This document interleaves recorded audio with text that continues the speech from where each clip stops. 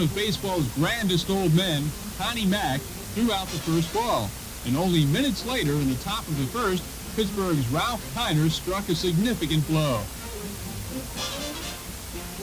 Ted Williams made the play, but hurt his left arm in doing so. Despite what proved to be a fractured elbow, Teddy ball game stayed on and even singled home a run in the bottom of the third. The American League took a 3-2 lead in the top of the ninth when Kiner struck again.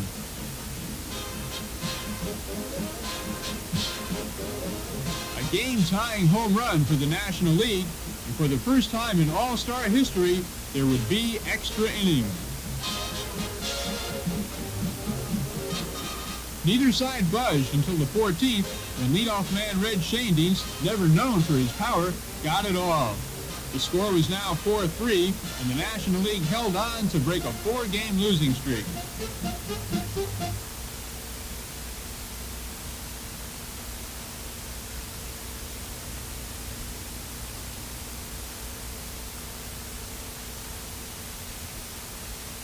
The GIs were home, and as America celebrated, baseball was back in full swing. Ted Williams gave a memorable performance at home in Fenway Park.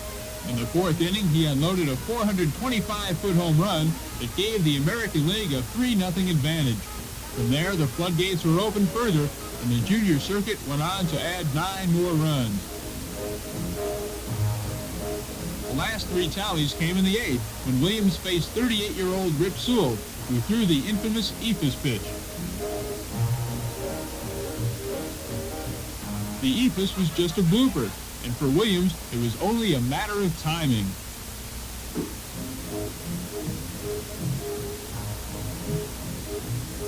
It's the Splinters' second home run of the day, and for the American League, a 12-0 victory, the most lopsided win in All-Star history.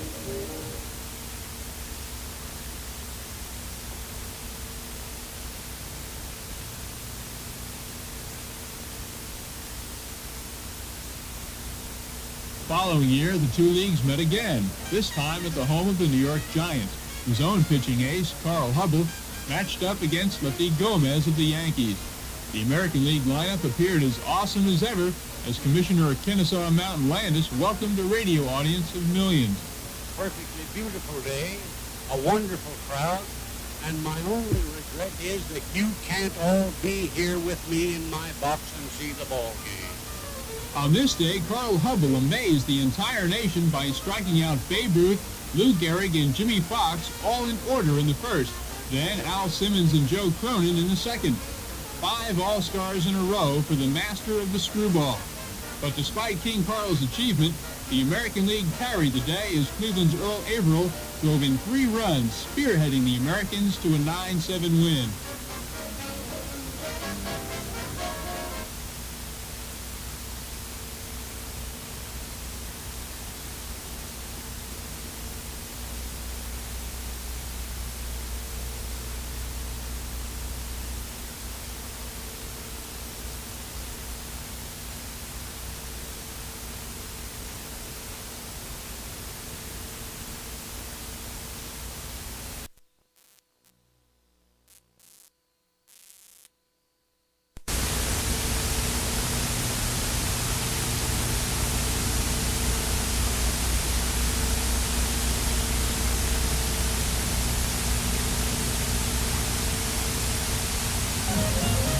The following year's midsummer meeting in Milwaukee turned out to be one of the All-Star Game's closest affairs.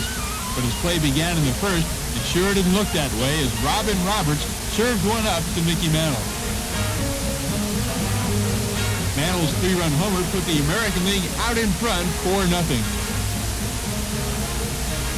But the National League staged a late inning comeback, and with the score 5-3 in the 8th, with 2 on and 2 out, Milwaukee's own Henry Aaron comes through. Al Kaline fires a bullet, but Al Rosen can't handle it, and the error allows the tying run to score. The game goes into inning number 12, and it's finally settled by the man. Stan Musial delivers once again, and the National League caps off a thrilling 6-5 victory.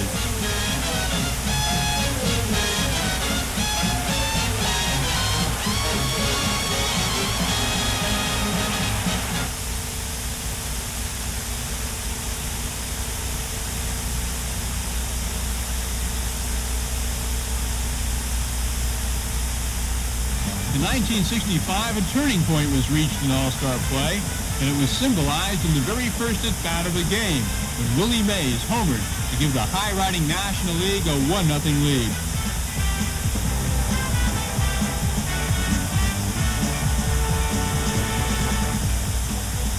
By the time Willie Stargell homered with a runner on in the second, the Nationals were out in front 5-0.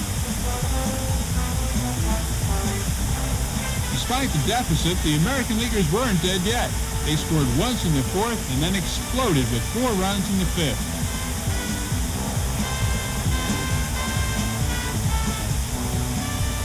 Dick McAuliffe hit a 2-run homer, and within minutes after another man reached base, another 2-run blast came from the bat of Harmon Killebrew.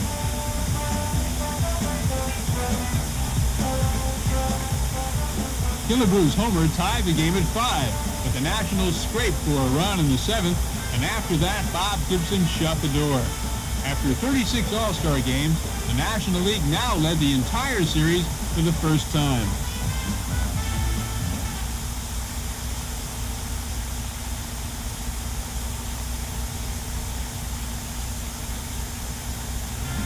The newly built home of the California Angels was the setting for All-Star Baseball's longest day. Although no California Dreamin' anticipated a marathon when Richie Allen of the Phillies homered to give the Nationals a 1-0 lead in the second. As it turned out, the order of the day was strikeouts. There would be an unbelievable 30 of them before this game was over. In the bottom of the sixth, with Fergie Jenkins on the mound, Brooks Robinson of the Orioles connected to tie the game at 1 apiece.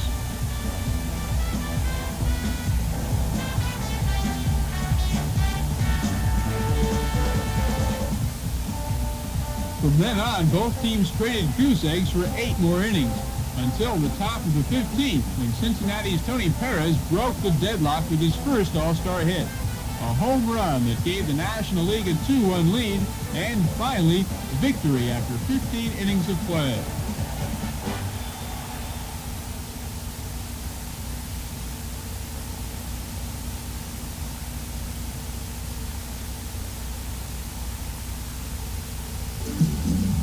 The new home of the Cincinnati Reds was the setting for some explosive midsummer excitement as the American League sought to end its 7-game losing streak.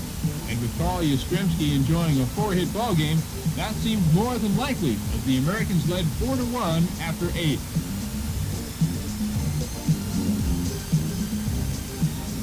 But in the bottom of the ninth, the National Leaguers came roaring back. With 2 runs in and men on first and third, Roberto Clemente lifts the sacrifice fly.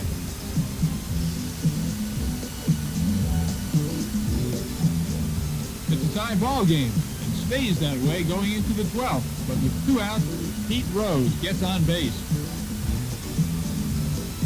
Billy Grabarkowitz of the Dodgers follows with another hit.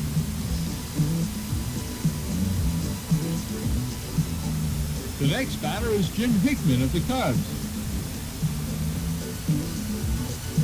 With one thought in mind, Rose rumbles home, bowling over Ray Fosse to score an extra inning, game-winning run for the still conquering National League.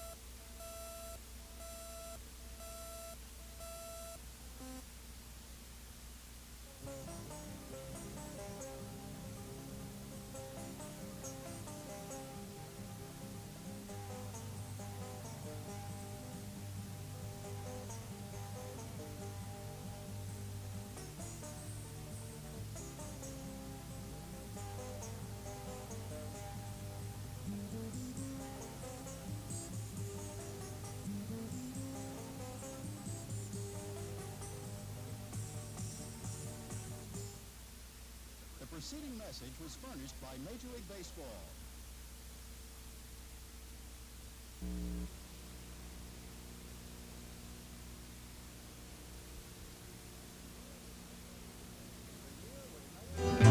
The year was 1933, and a Great Depression darkened America's spirit. But the hard times were forgotten for one fine day in July when the nation's attention turned to Chicago's Comiskey Park for baseball's first All-Star game. Connie Mack of the Philadelphia Athletics and John McGraw of the New York Giants were the managers for what was called the Dream Game. All of baseball's brightest stars were there, but the one who glittered most brightly was the man called Babe, George Herman Ruth. The Babe took the spotlight with the first All-Star home run, a two-run shot as the American League won 4-2, and the first note of one of the great traditions of American sport had been sounded.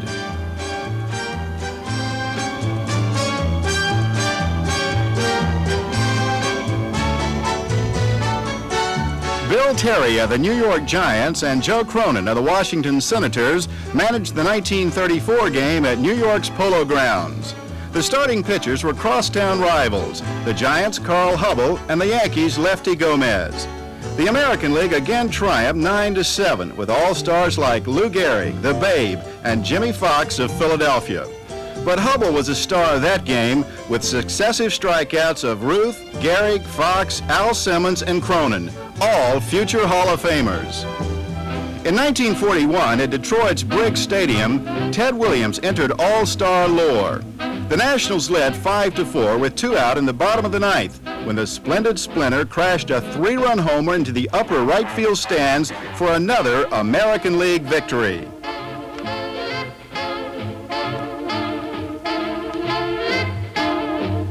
At Boston's Fenway Park in 1946, the All-Star game resumed after a one-year interruption because of war travel restrictions, and Ted Williams delighted the hometown crowd. He went 4 for 4 with 5 RBIs and 2 home runs, including one off Rip Sewell's notorious blooper pitch, as the American League won 12-0. Brooklyn's Ebbets Field was the site of the 1949 contest, which featured the DiMaggio brothers, Dom and Joe, and still another American League win, 11-7. But the game was best noted for the first All-Star appearance by black players, Jackie Robinson, Roy Campanella, Don Newcomb, and Larry Doby. In 1950, the game returned to Comiskey, where Commissioner Happy Chandler welcomed managers Casey Stengel of the Yankees and Bert Schotten of Brooklyn.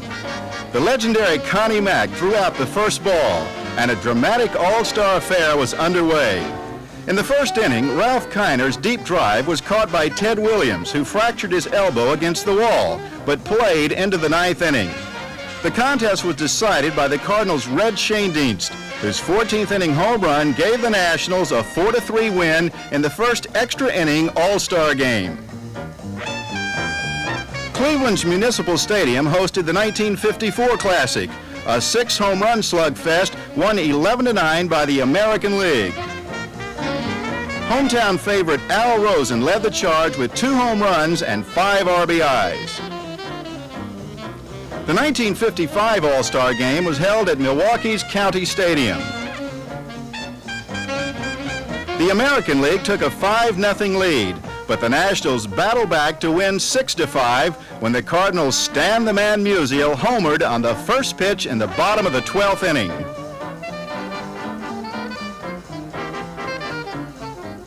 San Francisco's Candlestick Park was the site of the first of 2 games in 1961 and was won by the National League 5-4 in the bottom of the 10th when Hank Aaron singled, Willie Mays doubled to tie the score, and Roberto Clemente drove in the winning run.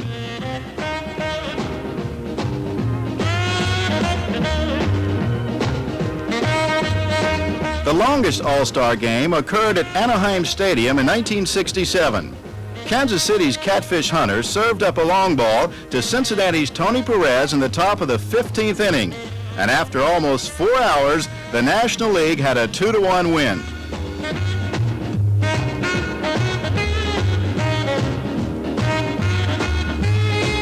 Washington's RFK Stadium hosted the Classic in baseball's centennial year of 1969, when a young slugger named Johnny Bench led the National League to its 7th straight win, 9-3, with a 2-run homer in the 2nd inning.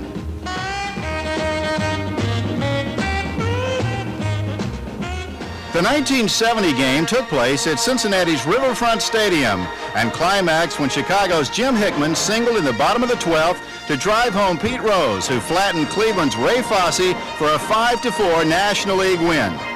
The American League snapped the Nationals' 8-game winning streak at Detroit's Tiger Stadium in 1971, when Oakland's Reggie Jackson tagged Pittsburgh's Doc Ellis for a mammoth 2-run blast off the light tower in the 3rd inning of a 6-4 victory.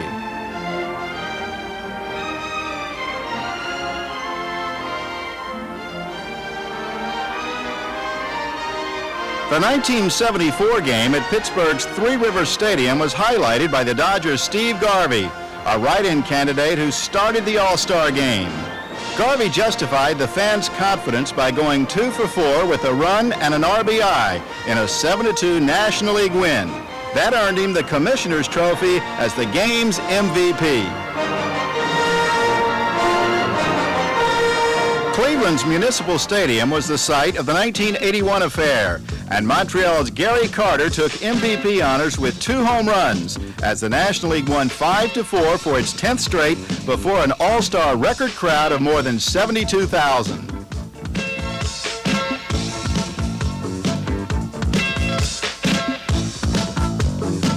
And last year, Montreal's Olympic Stadium hosted the first All-Star game played outside the United States. In the 8th inning, the Cardinals' Ozzie Smith showed why he's called the Wizard, as he ended an American League threat and ensured the Nationals a 4-1 win, their 11th straight. And that's 50 years of All-Star history.